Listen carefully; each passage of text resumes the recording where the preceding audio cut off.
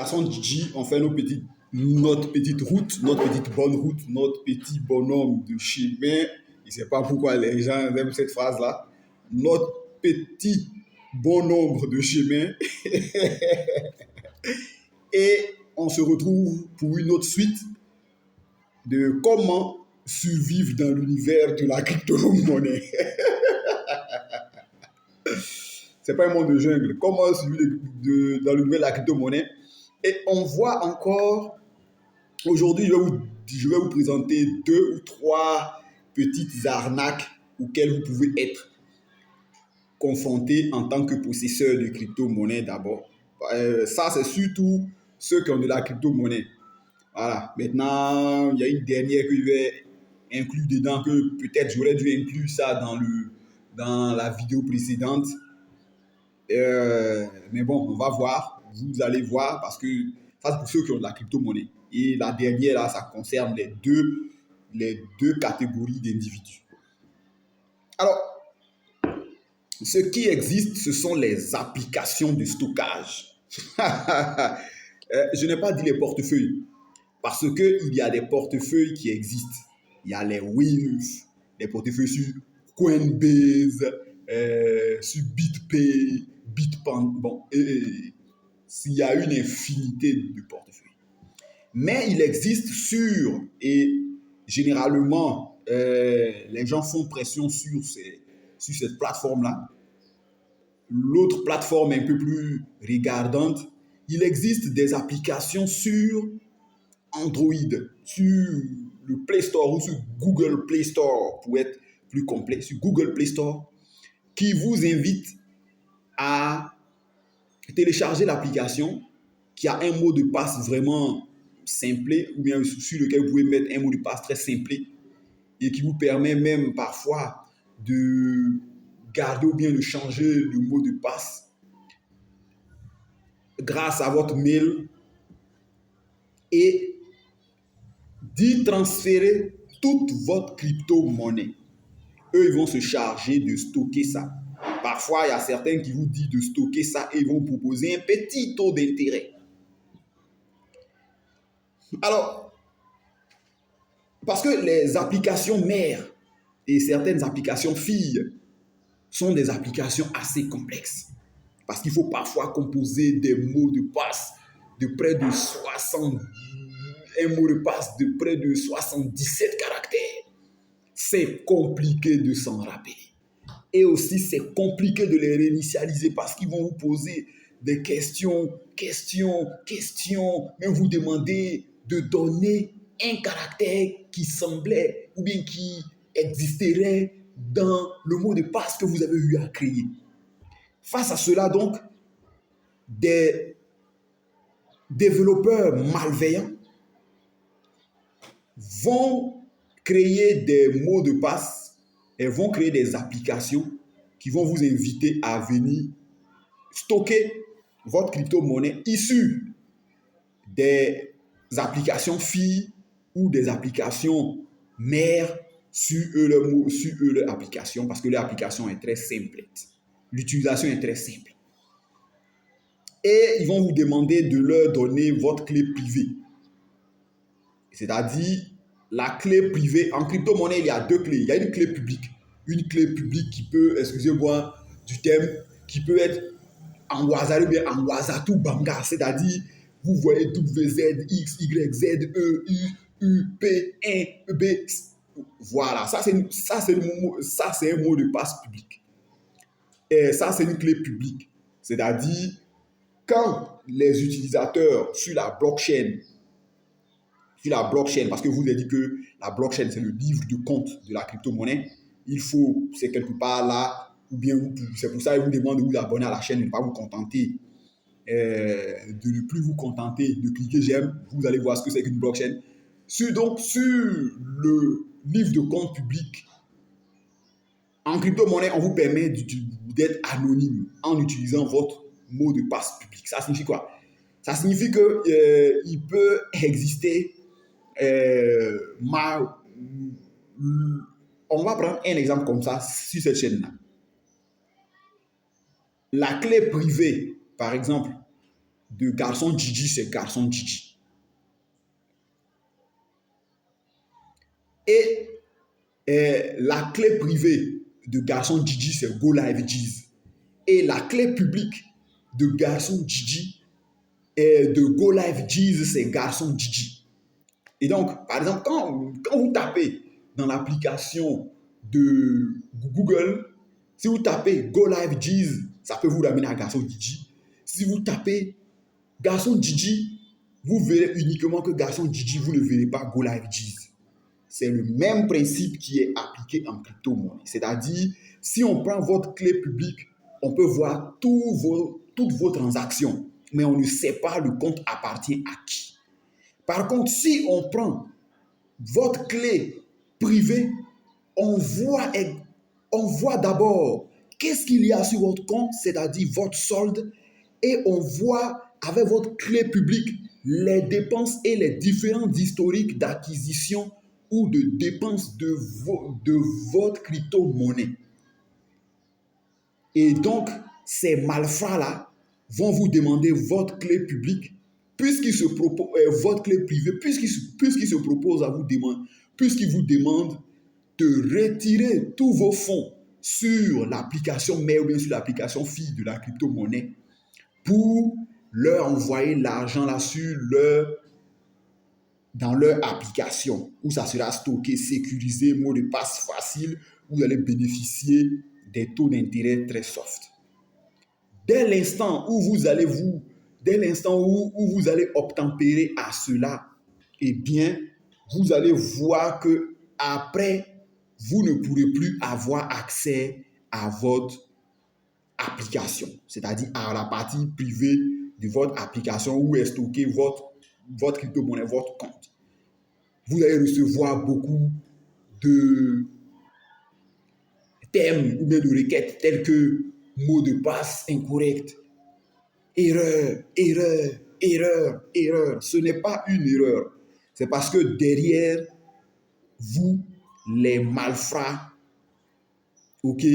les malfrats se sont déjà servis dans ce que vous leur aviez transféré.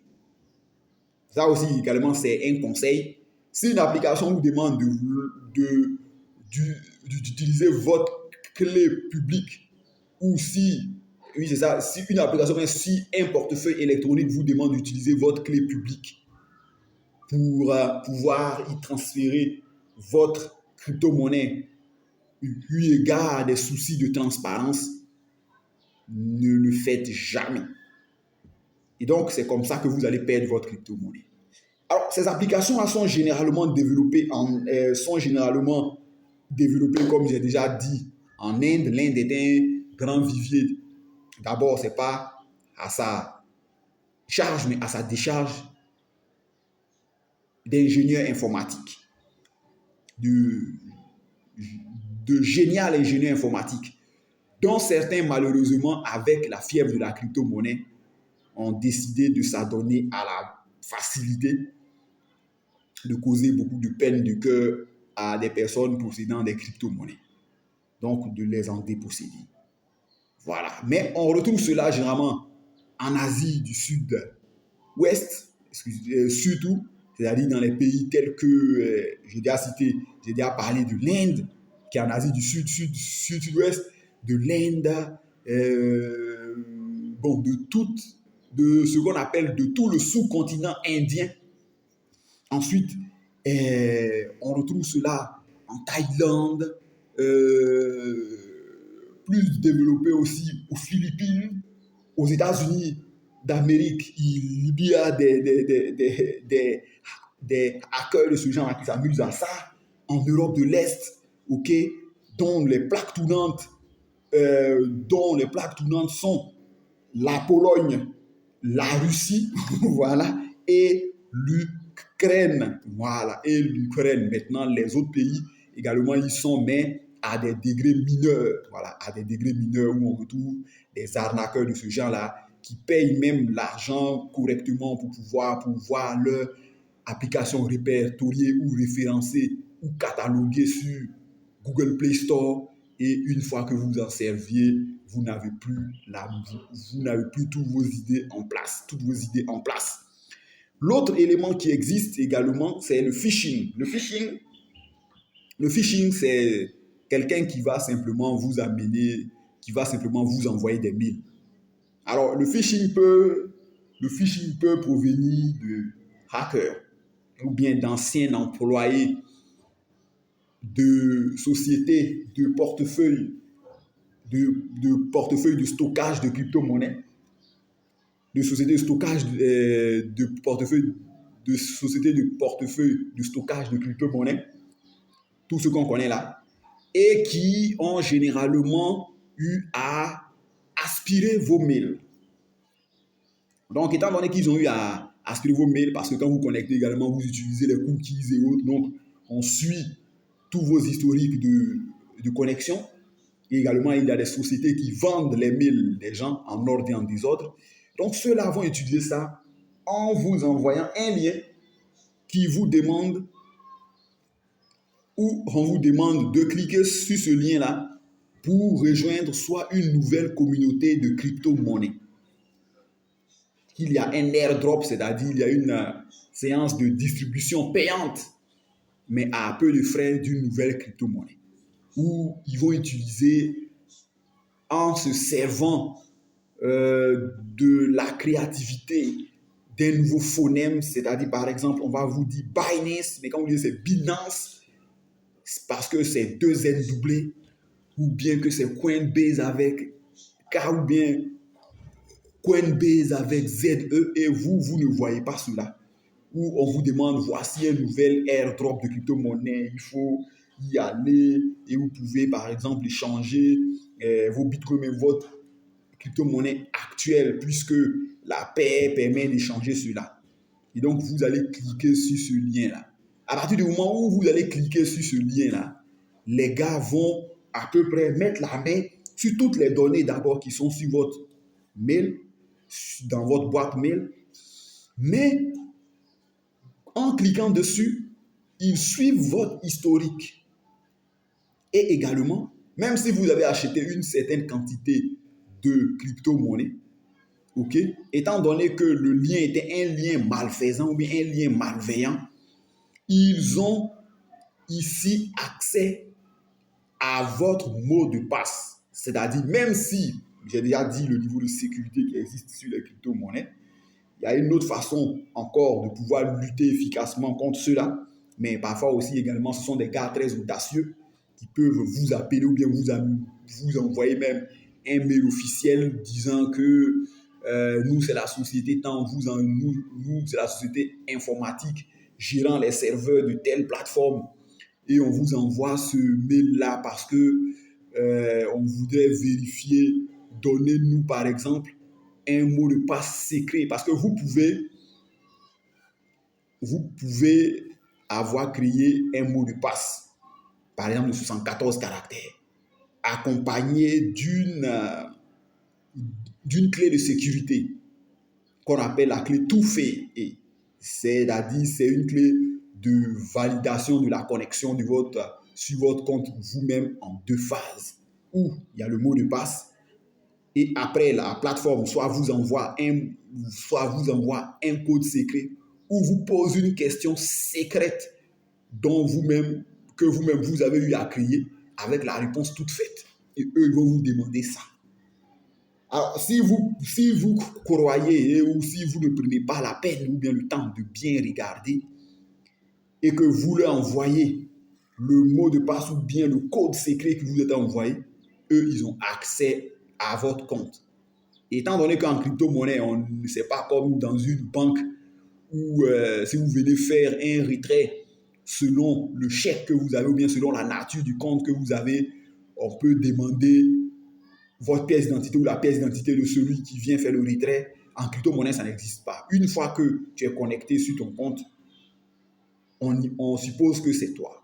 Et donc, ces malfrats-là, grâce à ce phishing, c'est-à-dire grâce à ce lien malveillant qu'ils vous ont envoyé, vont aller siphonner, vider, se servir à volonté et à raison sur votre compte, pour ne pas dire vous ruiner complètement.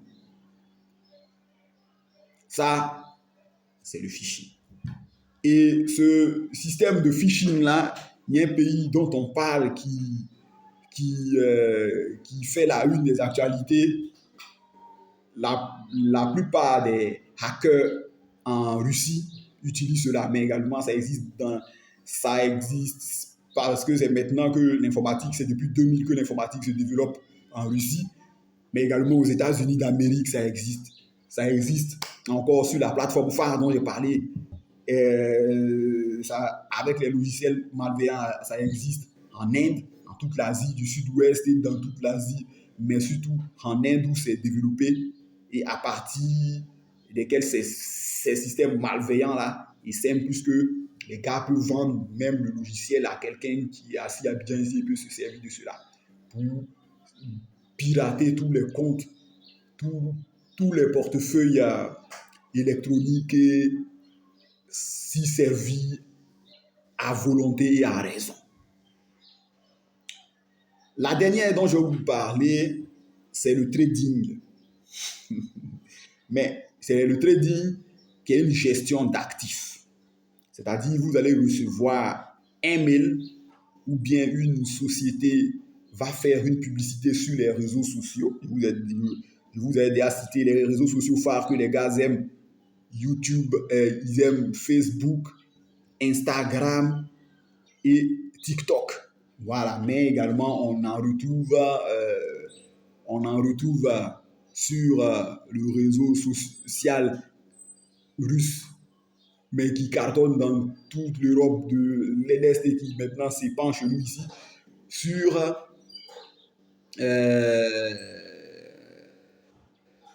Telegram, vous disant que eux, ils sont une société de gestion. Et ils connaissent votre historique, hein? Voilà. Ne vous en faites pas. Ils connaissent vos habitudes parce que vous avez dit qu'il y a des sociétés de marketing qui vendent les mails et qui utilisent des cookies.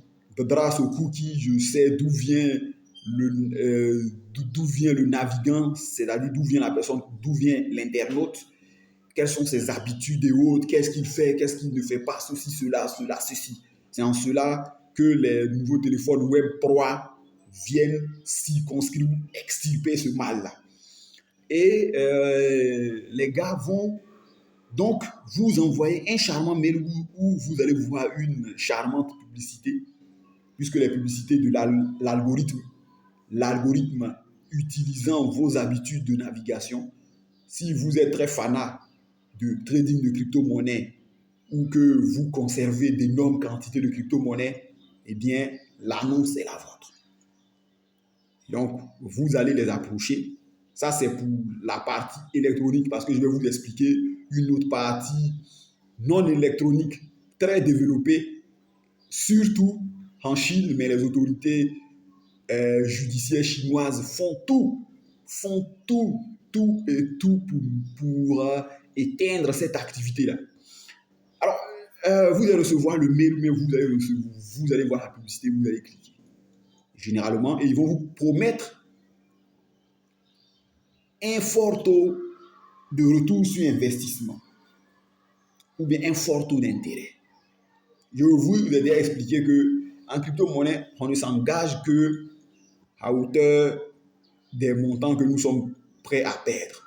Mais ici, étant donné que c'est une arnaque, il ne faut jamais s'engager. Et donc, après vous avoir présenté l'affaire, vous allez donc ouvrir un compte chez eux et vous allez leur confier votre crypto-monnaie. Alors, quand c'était les gars, c'était vous dit, mais ça s'apparente à de la hype. Oui, quand nous étions plus jeunes, quand nous étions étudiants, il y avait un truc que nous aimons beaucoup. Je salue mon cousin, je salue mon gars Yann Cédric Yehoun. Ce truc a beaucoup bouffé notre argent quand nous étions étudiants. Qu'est-ce que c'est qu'une hype? Une hype, en anglais, hype, ça signifie la vague, la fièvre, l'engouement. Mais les gars vont utiliser le phonème, c'est-à-dire prononciation du mot, parce que hype en anglais c'est H-Y-P-E. Hype dont on vous propose ici, c'est-à-dire de fort taux d'intérêt avec des périodes pour pouvoir retirer votre argent, ça s'écrit H-Y-I-P. C'est-à-dire, ça signifie, autrement dit, c'est High Yielding Investment Program, c'est-à-dire des programmes d'investissement à haut rendement. La hype peut vous proposer que chaque jour, vous récupérez 10%, mais 15%, mais 30% de votre mise que vous avez mis en jeu. Ce n'est pas que c'est lié à une quelconque activité réelle, puisque d'abord c'est du trading, mais ils vont vous présenter un projet plat et phare, comme quoi, par exemple, eux sont une société de vente ou eux c'est une société d'extraction de pétrole. Et donc, qu'ils ont besoin d'un certain nombre, ils vont présenter différents packages. Et selon les moyens que vous avez, vous allez y souscrire. En y souscrivant, vous avez droit à un taux de rémunération que vous allez choisir. Et bien, au bout d'un certain nombre de temps, si vous avez de la chance, parce que la hype reprend le même système que dans ma vidéo précédente, où j'ai parlé des arnaques, des jeux concours, ou bien des pyramides de Ponzi. La hype, tout dépend de quand vous rentrez dans la hype, parce que vous pouvez entrer dans la hype et ne plus pouvoir toucher aucun rond. Parce que, par exemple, la hype est sur Safi et que la hype ne paye plus, mais le site internet existe. Et généralement, ça, c'est beaucoup développé. Également encore, une plaque tournante, c'est beaucoup développé, je vais vous le dire, c'est beaucoup développé en Inde. Voilà. Tous les gars, tous les autres participants des hype viennent généralement des pays voisins de la hype. Et il existe également, la dernière fois j'ai regardé un documentaire très intéressant qui parle de sociétés également de hype, mais physique, ayant pignon sur rue dans des pays tels que le Myanmar ou Birmanie, également au Cambodge, au Laos, parce que ce sont les nouveaux dragons d'Asie, c'est-à-dire ce sont les nouveaux pays où le développement économique connaît un boom. Donc, on vous envoie, où les gars ont publié sur un réseau social qu'ils recherchent du personnel pour travailler dans une société informatique de trading. Le salaire de X, le salaire de Y. Il faut payer votre billet d'avion. Vous allez venir, une fois que vous allez arriver là, les gars vont vous arracher votre passeport, tous vos documents de travail et vont vous mettre dans la société. Eh bien, votre objectif sera par jour de pouvoir trouver des personnes intéressées par les produits et services de la société. Si vous ne le faites pas, vous êtes battu, vous êtes agressé physiquement et sexuellement. Et c'est, comme je vous l'ai dit là, c'est beaucoup développé en Birmanie, au Cambodge, au Laos. Et la plupart de ces victimes-là viennent des autres pays de l'Asie du Sud, de l'Asie du Sud-Est, c'est-à-dire viennent des Philippines, de la Malaisie, des autres pays d'Asie qui ont un niveau économique pas trop élevé ou bien où la croissance est au ralenti. L'autre type d'arnaque qui existe toujours dans cette même catégorie d'arnaque liée à l'investissement, c'est qu'une charmante jeune fille, et ça c'est une arnaque qui est très développée en Chine, il a dit, les autorités policières chinoises font tout pour mettre sous l'éteignoir ce machin-là, mais étant donné que également, les gars s'appuient sur la fibre communautaire et la fibre sentimentale sera perdue. Une charmante jeune fille va vous approcher sur un réseau social chinois ou bien même sur Facebook ou bien sur un truc et va se mettre à échanger avec vous. Alors eux, ils ont une mentalité assez anglo-saxonne, c'est-à-dire Est-ce que tu travailles? Quel est le poste que tu occupes? Quel est ton niveau de salaire? Et au fur et à mesure que vous allez discuter, elle va se présenter. Vous allez voir sur sa page Facebook ou bien sur sa page sur le réseau social dont je parle, WeChat, pour le réseau social externe, parce qu'il y a Baidu également qui existe en Chine, va se montrer dans un style glamour. Elle achète des vêtements chers. Elle est sur des yachts, dans des marinas, dans des soirées. Elle va te dire, ne serais-tu pas intéressé à te lancer dans les investissements? Parce que elle va vous mettre en confiance, un peu comme nos brouteurs d'ici. Elle va vous mettre en confiance même en souvent vous parlant de relations, étant donné ce qu'elle est célibataire, elle cherche un amoureux, cela, ceci, ceci, cela. Et si vous êtes seul, ou bien vous parlez comme les gens dans mon groupe ethnique, si vous, si vous avez beaucoup les yeux doux, c'est-à-dire si vous avez l'amour à fleur de peau ou bien l'amour à fleur des yeux, vous allez dire, ah, voilà une jeune fille qui va me permettre d'aller en Asie, cela, ceci, ceci, cela, de voyager. Et elle va commencer à t'intéresser au trading. Elle va te parler des crypto-monnaies. Elle va t'encourager à avoir de la crypto-monnaie pour pouvoir te lancer dans le trading. Et si tu ne sais pas faire le trading, elle se propose, étant donné qu'elle-même, elle trade, puisqu'elle t'a montré les preuves sociales établies de sa pratique du trading de crypto-monnaie, elle a une société ou bien elle connaît une société de gestion très efficace qui fait ou qui rapporte des taux d'intérêt très intéressants à ses investisseurs. Voilà où vous allez perdre, où vous allez commencer peu à peu à siphonner votre compte de votre portefeuille de crypto-monnaie pour être quasiment dans le rouge. Et ne vous imaginez pas que vous la verrez. Vous ne la reverrez plus. Alors, certains vont dire que c'est une anecdote personnelle. Non, moi, je n'en ai pas été victime. Voilà, je connais certaines personnes qui ont été victimes, mais j'ai souvent été approché par ces individus-là. Étant donné que je suis un crypto enthousiaste et que je suis un crypto enthousiaste et que l'enthousiasme étant contagieux quand vous effectuez des voyages, mais quand vous êtes sur des plateformes, eh bien, en regardant, en ziotant de gauche à droite, vous tombez sur des tristes si ou bien sur des individus de ce acabit-là. Et l'autre qui est lié également à la séduction,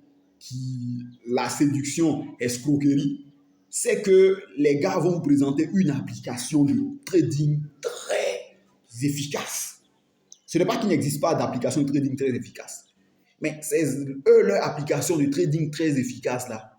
C'est une application qui est venue avec la ferme et l'ultime intention de dépouiller les possesseurs